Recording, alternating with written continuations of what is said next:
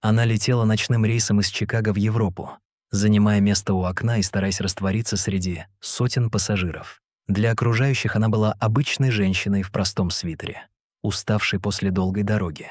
Никто не знал, что на самом деле ее звали Эмили Харпер, и за ее плечами остались годы службы военной летчицей, секретные операции и решения, от которых зависели жизни. Эмили сознательно выбрала анонимность. После ухода из армии она пыталась начать новую жизнь, спрятаться от прошлого и забыть небо, полное тревожных сигналов и угроз. Самолет набрал высоту над Атлантикой, шум двигателей убаюкивал, и впервые за долгое время ей удалось уснуть. Спокойствие оборвалось внезапно.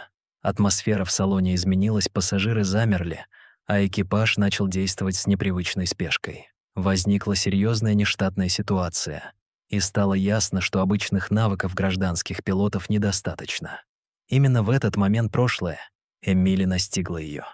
Понимая, что на кону сотни жизней, она больше не могла прятаться. Ее военная подготовка, опыт воздушных перехватов и умение сохранять хладнокровие в экстремальных условиях вновь стали необходимыми. В кабине пилотов она увидела тревожные сигналы, сбои систем и неизвестный самолет, который вел себя агрессивно и целенаправленно. Постепенно стало ясно, что происходящее — не случайность. Самолет пытались увести с маршрута, а угроза была спланирована заранее. Пока в салоне пассажиры, объединившись, смогли предотвратить внутреннюю опасность, Эмили помогала экипажу удерживать контроль над машиной, используя приемы, которым ее учили в военной авиации. Решающие минуты в воздухе стали испытанием на предел возможностей.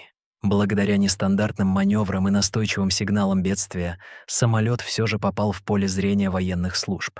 В небе появились истребители сопровождения, и угроза отступила так же внезапно, как возникла.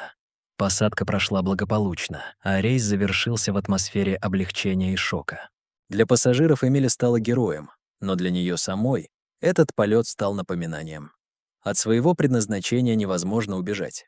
Спустя время она вернулась к службе, уже в другом подразделении, занимаясь защитой и предотвращением подобных кризисов. Тот рейс над океаном показал, что даже в самый обычный момент рядом может оказаться человек, способный изменить исход событий. Иногда прошлое настигает нас не для наказания, а для того, чтобы напомнить, кем мы являемся на самом деле.